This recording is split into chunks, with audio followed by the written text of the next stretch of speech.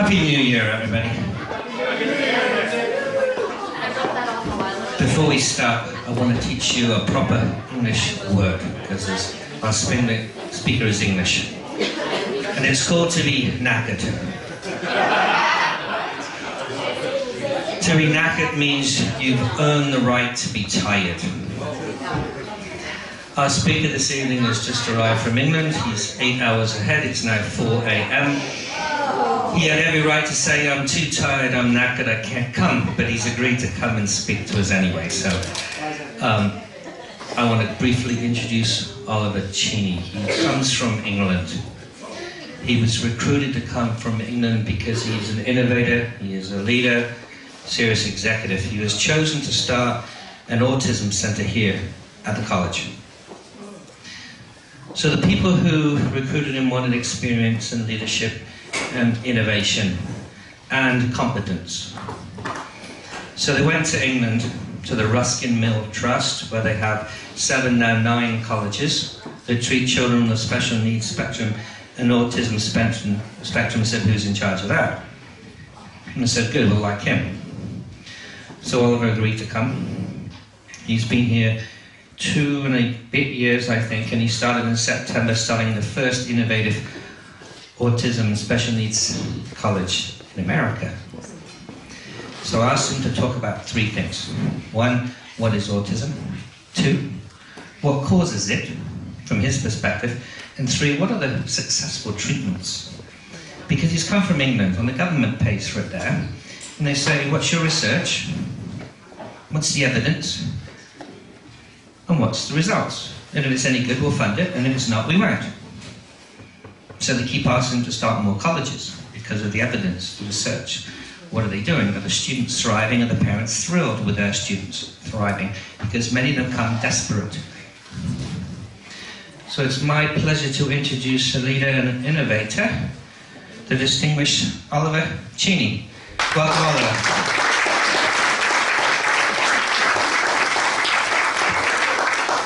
Thank you very much indeed, Mr. Broad. There's probably only one way to go after that introduction, isn't there? Just to say, it's a real pleasure and an honour to be here. This isn't the first time that I've spoken at Rotary. I spoke at Rotary about 6,500 miles away about 5 years ago in a little town called Stourbridge in the West Midlands, where we were starting a new college. And pleased to say that the group that I'm speaking to tonight are significantly more stylish, significantly better dressed, clearly have a significantly better sense of humour as well. It's great to be here. So Nick asked me at, it's 4:05 in the morning, having arrived yesterday from a beautiful holiday break, seeing grandparents and lots of other family. I've spoken at 4 o'clock in the morning before, but I hope this is a little more comprehensible than what I've said previously at 4 o'clock. I'll do my best. And Nick said, speak about what is the cause of autism, what is autism, and what are the treatments. So, just put 50 or 60 years worth of research by people who are a lot cleverer and more intellectual and more academic than me into 5 minutes. So I feel woefully underqualified to do that, but I'll try my best, and I hope that some of what I say will be of interest. I'm president here of Meristem, and we work with young adults on the autism spectrum, and spectrum is very, very broad. Has anyone here, first of all, has anyone here heard of autism? Yeah. Does anyone here know anybody with autism? Yeah. And a famous autism doctor said, the thing with autism is, when you've met one person with autism, then you've met one person with autism. And it is an extremely broad spectrum, but a spectrum that has some commonalities to it. So if I describe some of the commonalities, and then I'll describe some of the ways in which at Meristem we try and help the young people that come towards us lead fulfilling lives. And I guess at the kind of root of those fulfilling lives, I was going to say it's about work, but it's about more than work. It's not just about going out and earning money. And I sat there and saw this here, and I thought, actually, that's a pretty good description of where we're trying to get our students to. And it's a pretty good description in some ways of some of the challenges that a person with autism has. Because when I think of the last 17 years of my career and the people that I've worked with, and some of the traits of young people with autism, then if they're to ask themselves whether something is the truth or not, they'd be fairly definite about that, and often approach the world in a more honest and genuine way than a lot of other people. And often with disability we talk about the negative sides, but there are also some very, very positive and beautiful traits of people with autism. And one of those is an often propensity to be able to tell the truth, and actually have to tell the truth. That can lead to some social difficulties. Because telling the truth all of the time is not necessarily what the rest of society expects. When I think about fairness, and a lot of our students have a really, really great sense of fairness. When you look at building goodwill and better friendships, that's something that the young people that we work with really struggle with. And often people talk about autism as a communication or social difficulty. And when I'm asked, how do I define autism? How do I define the young people that we work with? I end up with a very, very broad definition, which is that we work with people who find it difficult to build a healthy and fulfilling relationship between themselves and the rest of the world around them. Now, if that person is very severely impacted, then that can mean that they just experience the world as constant sensory overload all of the time. So they could be stood here talking and they're not able to distinguish between a noise of the person speaking and something that's happening way outside or a car going past. So all of the sound happens all at once.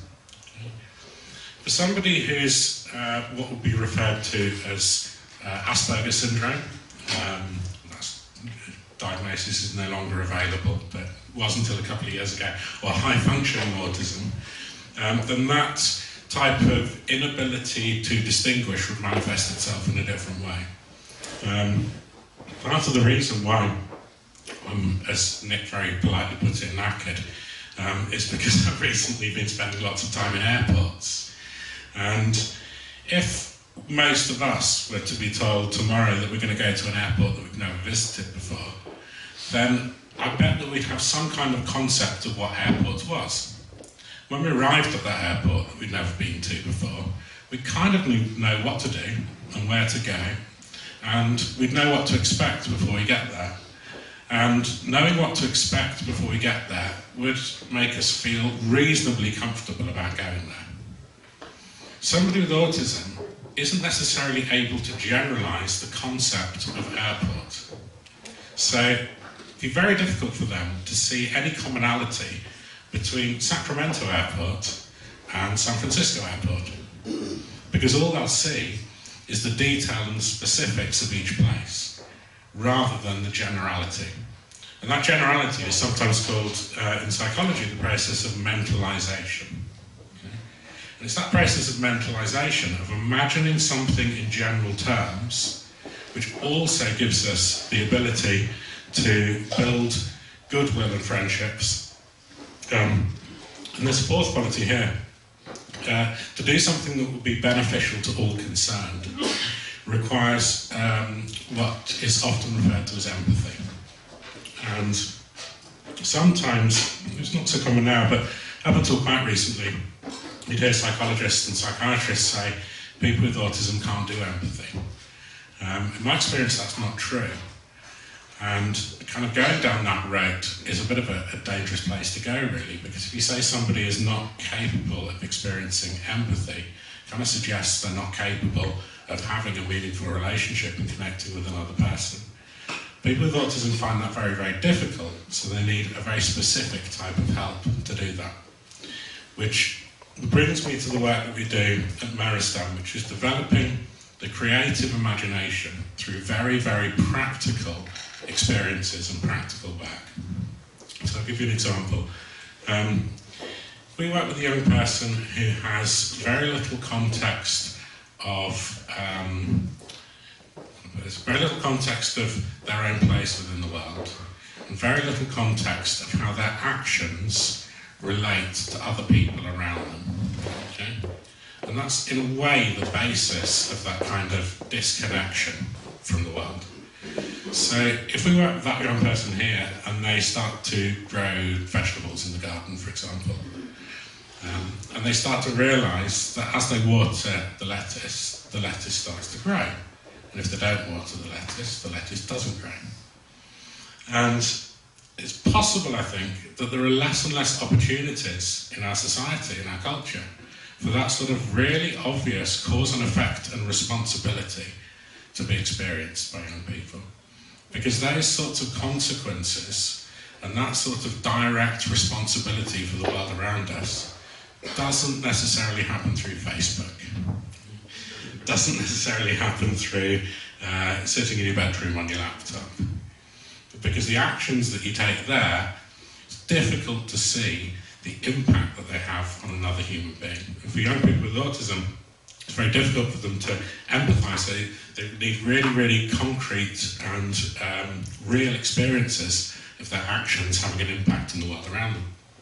So they water the lettuce, they grow the plants, and they need to learn about social skills, and they need to learn about marketing, and they need to learn about economics. And we could do that by sitting in a classroom and talking about it, but again it would be conceptual, it would be up here. It wouldn't really be an experience. And if they're not able to relate the things that are said in concept to real experiences, it's very difficult for them to make those connections. But if we take that lettuce down to a farmer's market and we sell it, and we interact with the public, and we work out how much it costs, and we work out the profit margins, and then we talk about customer service and customer feedback, then we're able to teach economics, and we're able to teach marketing skills and social skills and social responsibility in a very, very real and practical way. And essentially that's the work we've developed over years and years at Ruskin Mill Trust and are doing here at Maristone, giving young people on the autism spectrum experiences of context and experiences of cause and effect. And in doing that, they're starting to understand how their actions have a reaction in the world around them, and by doing that, they're starting to develop their capacity for empathy. That's what we do. Nick asked me to talk about causes. It's a curious thing, I think. For a long time within the kind of autism research community, there was people wanting to find the cause. Right? And I think naturally, when there's something that's seen as a difficulty or a problem, people say, what causes that? If we can find the cause, we can eliminate it, and then everything will be okay. It's obviously not quite as simple as that, because a condition or a predisposition doesn't necessarily happen through one particular cause. If you look at other conditions or diseases or whatever, you can say there is a cause of heart disease, or a cause of OCD, or a cause of stress. Many, many different ones.